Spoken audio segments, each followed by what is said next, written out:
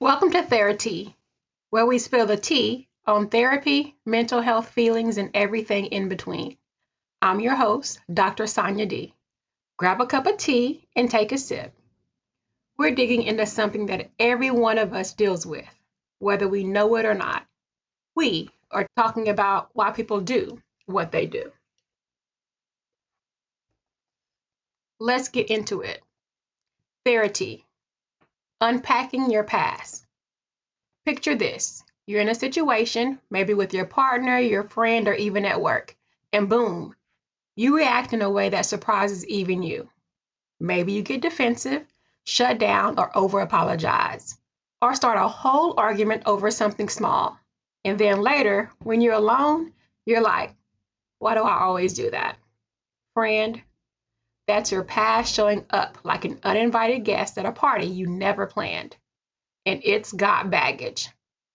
Today, we're talking about past baggage and old patterns, where they come from, why they keep showing up, and most importantly, how you can finally let go of what's weighing you down. Ever ask yourself, why did I just do that? Or why do people act like that? If you don't sip on anything today, sip on this. People's actions aren't random. They're driven by emotions, past experiences, and the ways they've learned to survive in this world. And today, we're talking about how past baggage and old patterns shape us and how we can finally let go of what's weighing us down. So, why do we keep repeating the same patterns? Ever heard the phrase, the definition of insanity is doing the same thing over and over but expecting a different result? Yeah, that's not just some deep quote, it's real life. Maybe you grew up in a house where nobody talked about feelings. So now, when things get uncomfortable, you shut down because that's what you were taught to do. Maybe love meant chaos growing up, yelling, walking on eggshells, breaking up and making up. So now, when you experience peace in a relationship, it feels boring or even wrong. Maybe you learned that being good meant keeping everyone happy. So now you people please to exhaustion and feel guilty for setting boundaries. The truth is, we repeat what we know, not necessarily what's healthy. Your brain is wired for familiarity. So if toxic patterns feels familiar, it will choose them over and over, even when they're harmful. Because to your brain, familiar feels safe. How past baggage sneaks into our present. Let's break down some real life situation. Relationship baggage. You meet someone healthy, but your brain is like, this is too easy. Where's the drama? So you start overthinking, picking fights, or self sabotaging because somewhere deep down, you equate love with struggle. Let's say you meet someone that is dysfunctional, mentally, emotionally, physically, or psychologically abusive. Instead of setting healthy boundaries, your difficulties with self esteem, self respect, or outright self love causes you to try to convince someone to love you or treat you better. Friend, that tea is a little too hot to sip on today, so we'll come back to that. Sometimes the only type of love you've known is turbulent and unpredictable. If you grew up where love meant conflict, constant arguments, on and off relationships, you might unconsciously gravitate toward drama in your adult relationships. Even if you crave stability, the familiar chaos feels like home, and your brain gets stuck in the cycle of conflict or family baggage. Maybe growing up, expressing emotions wasn't safe. You were told to stop crying or be tough. Now you struggle with vulnerability, thinking it's a weakness instead of a superpower. If you experience emotional neglect as a child, say a parent was distant or unavailable, you might have learned early on that showing your true feelings is unsafe. As a result, you might shut down or withdraw when someone tries to get close. Work baggage. If you grew up always having to prove your worth, now you overwork yourself, afraid of being seen as lazy or not good enough. In some families, self-worth is tied to achievements. If you are raised with the belief that love and approval only come from success, you might push yourself to extremes at work, constantly trying to prove you're good enough. This drive, which may have once been necessary for survival, can turn into chronic stress and burnout in life. Sound familiar? That's because your past isn't just in your past. It's living rent-free in your reactions, your choices, and your relationships. And it's time to provide an eviction notice. So why does this happen? These responses are not about weakness or personal failings. They're simply your brain's way of trying to keep you safe. When a situation mirrors a past experience, your brain quickly grabs to the old playbook, even if the current scenario is completely different. It's like trying to navigate a new city with an outdated map. You're using the information you have, even if it doesn't match the present terrain.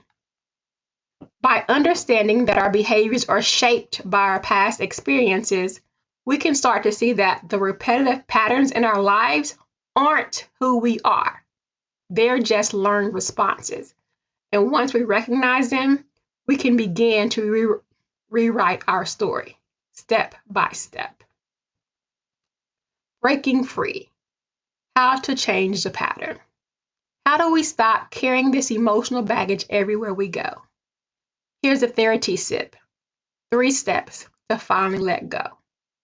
Step 1, recognize the pattern. Let's get real. You can't change what you don't see, and you can't see what you're trying to ignore or make excuses for. Now, I'm not one to gossip, but I'm spilling this tea. Can't nobody make you angry, happy, or sad. Can't nobody make you do anything. Your behavior is all about you and how you respond to the environment or situation you are in. Think of it like this. Your emotions are like the DJ at a party, setting the vibe. But you're the one who decides to dance or sit this one out. Until you take a look in the mirror and stop blaming other people for your actions, you'll be stuck playing the same old game. Self-awareness is your backstage pass to understanding why you do what you do. It's about being in tune with your thoughts, feelings, and behavior. It's about knowing what triggers you and why. The more self-aware you become, the easier it is to recognize those patterns that keep you in a loop. Next time you react strongly to something, whether it's a random comment on social media or a side eye from someone in the street, pause and ask yourself, is this about what's happening now, or is this about something old? Sometimes that rush of emotion is less about the current moment and more about unresolved feelings of the past. Am I responding or am I reacting? A response is thoughtful and intentional, while a reaction is often automated by emotion. Where have I felt this before? Dig deep and identify if this situation reminds you of a past experience. Maybe it's echoing something from your childhood or from a previous relationship. And then what am I feeling right now and why? Take a moment to name your emotions and reflect on their source. This helps you not only recognize patterns, but understand the underlying causes. Because 9 times out of 10, you're not just reacting in this moment. You're reacting to every similar moment you've ever experienced. It's like deja vu, but with emotions. Recognizing these patterns is the first step to breaking them and creating healthier responses. Step 2, reframe your story. Let's talk about the stories we tell ourselves. Narratives like, I have to be perfect to be loved. Conflict is bad. I can't trust people. In order to be a good parent, spouse, etc., I must. I'm not successful if I don't. These stories are background tracks that influence how we see ourselves and interact with the world. But here's the thing. Just because a story feels familiar doesn't mean it's true or helpful. Therapy helps you challenge those stories. What if you started telling yourself a new story? Instead of, I always mess up. Try, I'm learning as I go. Instead of, love is supposed to be hard. Try, love should feel safe. Instead of, I'm a failure because I'm stuck in a job I don't like. Try, I'm not where I want to be right now, but the changes I am making today will help me get closer to my goals tomorrow. Reframing your story is about shifting your perspective. It's about recognizing that the script you've been following might need an update. Your thoughts shape your actions, so change your thoughts. Rewrite the script of your life. Imagine your life as a movie. You're both the director and the main character. You have the power to rewrite the scenes that aren't serving you. By reframing your story, you open up to new possibilities of how you experience life. Here's a quick exercise.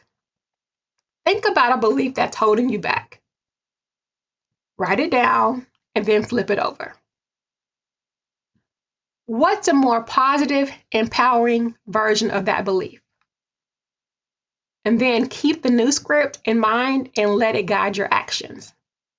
Listen, I know it gets easy to get caught up in old narratives, but remember, you have the power to edit your story. So go ahead, rewrite the script and watch how your world transforms. Step 3, do something different. We've talked about recognizing patterns and reframing your story, but here's where the rubber meets the road. Taking action. This is often the hardest part, but it's also where the magic happens. In life, we're constantly moving, but are we moving in the right direction? Sometimes doing something different means stepping out of your comfort zone and embracing the unfamiliar. Here's how to start. If your pattern is shutting down, practice speaking up. Whether it's in a meeting or a conversation with a friend, start small. If it's people pleasing, start saying no more often. This can be as simple as turning down a social invitation when you need more time, or setting boundaries with coworkers. Remember, saying no to others often means saying yes to yourself. If it's self-sabotage, lean into the discomfort of stability and peace. This might mean staying in a healthy relationship, even when it feels unfamiliar, or sticking with a routine that supports your well-being. It's okay to feel uneasy. Growth often comes with discomfort. It's going to feel weird at first. That's just your brain adjusting to the new normal. And guess what? Your new normal is healthy.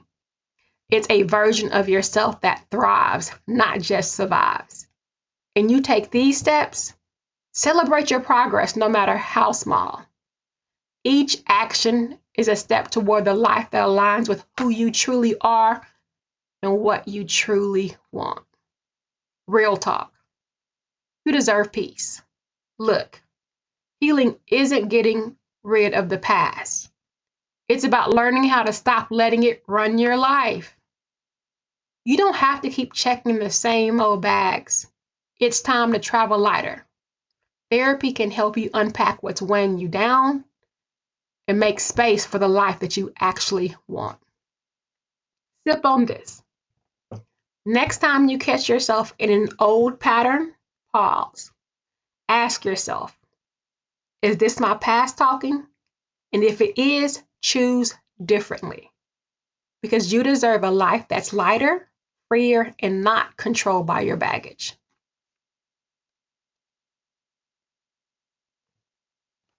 Now that's all the TheraTea, y'all.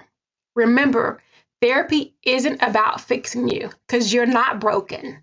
It's about equipping you with tools to understand yourself, rewrite your patterns, and move forward with less weight on your back. Don't forget to follow TheraTea with Sonya D. Spill the tea. Share this episode with a friend who needs to hear it. Hit me up on Facebook and TikTok. Let's keep the conversation going. I'll be back next time with more real talk, more resources, and of course, more TheraTea. And as I said earlier, I'm not the one to gossip, but I'm spilling this tea, this TheraTea.